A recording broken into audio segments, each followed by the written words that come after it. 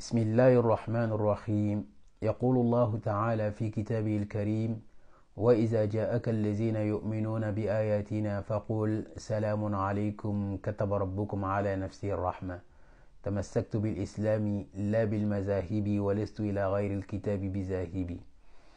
Inch'Allah Ta'ala, aujourd'hui on va parler de quoi? L'événement de Dajjal et aussi Isa et Mahdi. Qu'Allah nous donne la bonne compréhension, qu'Allah nous guide sur le droit chemin. Vous savez, l'événement de Dajjal n'a jamais été mentionné dans le Coran. 6000 et quelques versets. Allah a-t-il oublié ou pas de mentionner ça? Ce genre d'événement qui va venir, il va faire des miracles et tout ça. Allah n'a pas mentionné ça pour nous avertir. Même dans le Coran, faites attention. Il y a quelqu'un qui va venir, il va vous égarer. Il n'a jamais mentionné. C'est le prophète qui va nous enseigner. Cette histoire-là vient d'où? Dans un hadith, Tamim al-Dari, qui était un sahaba, qui s'est converti, peut-être, c'est ce qu'ils ont dit, il s'est converti en islam, qui était chrétien. Et ils sont partis en voyage, donc sur mer. Quelle mer? On ne sait pas. Et avec 30 personnes. Donc, comme il y a eu des vagues, donc ils se sont retrouvés sur une île. Quelle île? On ne saura jamais. Ils ont trouvé une bête là-bas, poilu, qui avait des poils partout. On ne sait même pas s'il vient, il part ou il vient, on ne sait pas. Cette bête-là les a conduits à un autre homme là-bas, qui dit que moi je suis Dajjal. Je ne sais pas comment Dajjal a appris l'arabe là-bas, parce que Tamim al-Dari est arabe, il parlait arabe. Je ne sais pas qui a appris Dajjal même là à parler l'arabe là-bas. Ça aussi c'est une autre question à part. On laisse ça. Ok, ils ont dit, qui a dit ça? Que le prophète les a enseigné ça. Ah bon? Donc le prophète connaissait ce qui va se passer à la fin du temps. Ils vont dire oui. On va rentrer dans le Coran. Le prophète même, il va trancher entre nous.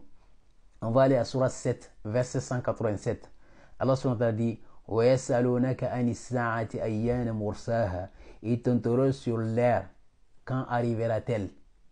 Dit Muhammad: قُلْ إِنَّمَا عِلْمُهَا عِنْدَ رَبِّي. Dit: la connaissance de l'heure appartient à Allah. La ta'atikum illa baghta. Il viendra à vous que soudainement.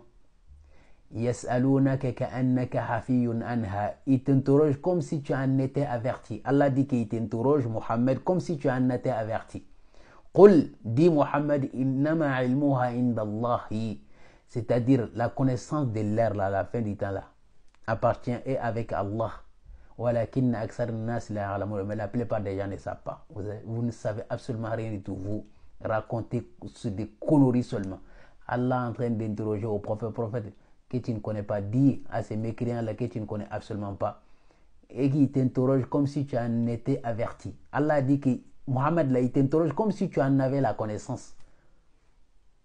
Il n'a pas la connaissance. Dit la connaissance, mais la plupart des gens ne savent pas. Ça, c'est la réalité. On va écouter cet imam-là. Imam, ce qu'il va nous dire concernant Dajjal. On va l'écouter. Le prophète sallallahu alayhi wa sallam, lorsqu'il parle de Masih al-Dajjal, il donne sa description. Il dit il est plutôt petit de taille et il est borgne, bien sûr, comme on l'a vu. Voilà, l'imam est en train de dire que le prophète a dit, il a décrit Dajjal. Le prophète même, lui, il a décrit Dajjal. Il est petit, sa taille, petit. Et il est borgne. Ça veut dire qu'il n'a pas deux yeux, mais juste un seul œil qui a un problème. Bon, le problème est que moi, après avoir vérifié le hadith, j'ai vu des hadiths qui étaient contredits déjà, de la part des mêmes prophètes. Le même prophète dans le hadith dit qu'il est borgne de l'œil gauche. Et dans le même prophète dit dans un autre hadith, il est borgne de l'œil droit.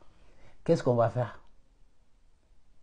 Le hadith ici dit qu'il est borgne à l'œil droit. Et le hadith qui est là dit qu'il est borgne à l'œil gauche. Droit, gauche, ça veut dire qu'il est aveugle. Le même prophète, il ne sait même pas ce qu'il dit. Parfois l'œil gauche, parfois l'œil droit. Qu'est-ce qu'on va prendre? Dites-nous. Vous avez dit que le prophète connaît déjà. Dajjal, il connaît parce que Dajjal va venir à la fin du temps. On va interroger le même prophète encore dans le Coran, il va vous dire qu'il ne connaît pas. Dans Surat 7, verset 188, il a dit: Walau kuntu a'lamul ghayba lastaksartu min al-khayri wa ma massani as-su. Le prophète dit, si je connaissais l'inconnaissable, si je connaissais l'occulte, si je connaissais le futur, si j'avais le pouvoir de connaître l'avenir, j'allais accroître ma richesse. Hein? Et aucun mal ne m'aurait touché. Si je connaissais futur, aucun mal ne m'aurait touché. Vous-même, vous avez dit que pendant les batailles, le prophète Uhud, le prophète a été touché jusqu'à ce que le sang coule. Et vous avez dit qu'il est parti à Taïfa, ils lui ont jeté des cailloux jusqu'à ce que le sang coule. Et vous avez dit aussi également qu'il a mangé une nourriture empoisonnée. Et vous avez dit aussi également qu'il a été ensorcelé, ils ont jeté un sort. Tous ces événements-là, le prophète n'arrive pas à se sauver. Pourquoi il n'a pas su? Il a su que Dajjal va venir à la fin du temps. Il n'arrive pas à savoir que si je pars en Taïfa, ils vont me jeter un caillou. Si je mange cette nourriture-là est empoisonnée. Il n'arrive pas à savoir aussi également si un jour quelqu'un va me jeter un sort. Il n'arrive pas à connaître, pendant la guerre, les musulmans, ils ont perdu la guerre. Le prophète n'arrive pas à dire à ses sahaba, cette guerre-là, on va perdre, il faut qu'on change le tic-tac. Il n'arrive pas à dire. Le prophète, comment ça il connaît l'avenir? Comment ça il connaît à la fin du temps? Il connaît ce qui se passe dans la tombe. Mais lui-même, il a été blessé dans la guerre. Comment il n'a pas su avant d'être blessé? Ya salam. Je ne sais pas comment on peut être normal pour suivre ces hadiths. Ok, on va aller plus vite. Est-ce que Dajjal même là, il fait des miracles? On va écouter. Alors, Al-Masih ad-Dajjal va venir avec des miracles, si on veut entre guillemets.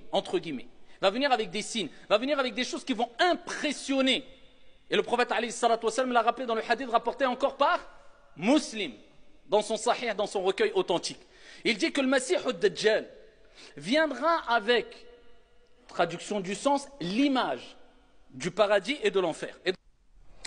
Voilà. Il a dit qu'il va faire des miracles. Il va même impressionner les gens. Il a de l'image des paradis et de l'enfer. Comment ça? Comment vous pouvez imaginer une créature que Allah même a créée? Allah lui donne encore une fois des miracles. Vous avez déjà vu sur cette terre, Allah donne des miracles à un mécréant. Allah donne des miracles à ses serviteurs, comme le prophète. Mais un mécréant, Allah lui donne des miracles pour égarer encore une fois ses propres serviteurs, créatures et notre créature. Et Yom al-Qiyamati, il va le juger encore une fois. Ya salam. Allah donne le miracle à une créature qui va venir égarer d'autres créatures. Et Yom al-Qiyamati, Allah va le juger pour le mettre en enfer. Vous imaginez? On va écouter notre miracle encore une fois. Quels sont les pouvoirs du Dajjal? Il pourra trancher une personne en deux parties bien distinctes, puis le ramener à la vie. Ça, c'est encore pire. Tu sais ce qu'il va faire? Il aura même le miracle de trancher une personne en deux parties et puis lui redonner la vie. Dajjal, quand même, c'est un dieu, quoi. C'est-à-dire, il va te trancher en deux parties et il va te redonner la vie. Qui lui a donné ce miracle-là? C'est pas Dieu.